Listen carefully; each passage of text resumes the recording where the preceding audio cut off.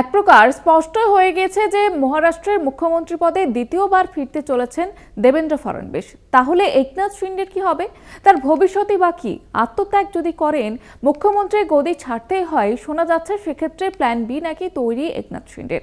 সেই প্ল্যান কি উপমুখ্যমন্ত্রী পদে নিজে বসা, নাকি ছেলেকে ডেপুটি করে কেন্দ্রীয় মন্ত্রিসভায় নিজের পদ পাকা করা? সূত্র বলছে মোদী শাহকে এমনই বার্তা দিয়েছেন একনাথ।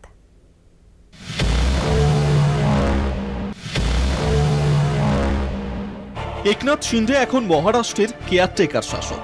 মুখ্যমন্ত্রী পদে তাঁর ফেরার রাস্তায় নো এন্ট্রি বোর্ড লাগিয়ে দিয়েছে বিজেপি। ইচ্ছের বিরুদ্ধে হলেও দেবেন্দ্র ফডনবিসের জন্য এবার কুর্সি ছেড়ে দিতে হবে শিন্ডেকে। বুধবার তাঁর গলায় ছিল অভিমানের সুর। তাহলে কি মুখ্যমন্ত্রী হবার ইচ্ছে ছেড়ে কুর্সির দৌড় থেকে একরকম সরেই গেলেন শিন্ডে?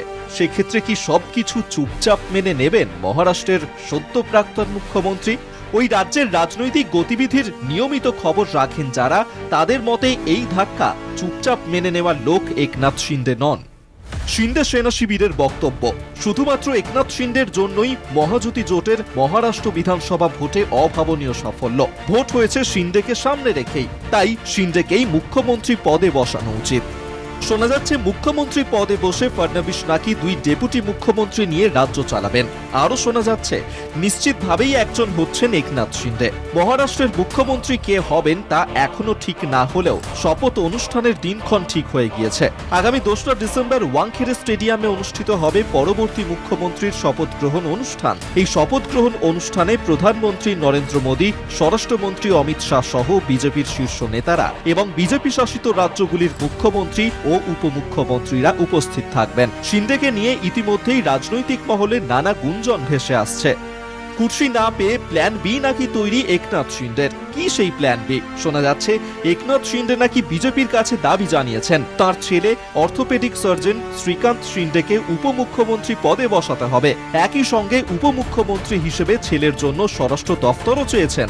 37 বছরের শ্রীকান্ত শিন্ডে বর্তমানে লোকসভার সাংসদ। এদিকে কেন্দ্রীয় মন্ত্রী রামদাস আঠওয়ালের পরামর্শ, একনাথ শিন্ডের উচিত দিল্লির রাজনীতিতে ঢোকা। সেক্ষেত্রে ভালো কোনো মন্ত্রক তিনি পাবেনই। আঠওয়ালের এই পরামর্শও নাকি শিন্ডের প্ল্যান বির অন্তর্গত। সাংবাদিকদের মুখোমুখি হয়ে একনাথ শিন্ডে একরকম স্পষ্টই বলেছেন, বিজেপির হাইকমান্ড মহারাষ্ট্রে সরকার গঠন নিয়ে যা সিদ্ধান্ত নেবে তাতে তার সমর্থন থাকবে। তিনি নিজে কখনোই মুখ্যমন্ত্রী হবেন ভাবেননি। कल आदरणीय प्रधानमंत्री जी से भी बात की, उनको भी कहा सरकार बनाने में हमारी तरफ से कोई अड़चन नहीं है, आप निर्णय ले लो। जैसे आपके भारतीय जनता पार्टी को आपका निर्णय अंतिम रहता है, हम भी महायुति के कौन लीडर है, एनडीए के लीडर कौन है? मोदी जी है, अमित भाई है। तो उनको कहा कि मैंने अमित भाई जी को भी फोन किया, मोदी जी को भी फोन किया, सरकार बनाने में हमारी तरफ से कोई भी रुकावट, कोई भी अड़चन, कोई भी कुछ भी किसी तरह का अड़ंगा नहीं है। आप बेशक आप निर्णय ले लो, उस निर्णय की तामील हो जाएगी, निर्णय की अमल हो जाएगी। और मैं आज आप सबको कहता हूं कि भारतीय जनता पार्टी के वरिष्ठ नेता जो निर्णय लेंगे मुख्यमंत्री पद के बारे में, जो उनका कैंडिडेट होगा, उसको हमारा शिवसेना का पूरी तरह समर्थन है। এরপর আর প্ল্যান বি মেনে নিতে বিজেপি এবং শিন্ডে কারোরই আপত্তি থাকার কোনো কারণই নেই। অপেক্ষা শুধু সময়ের।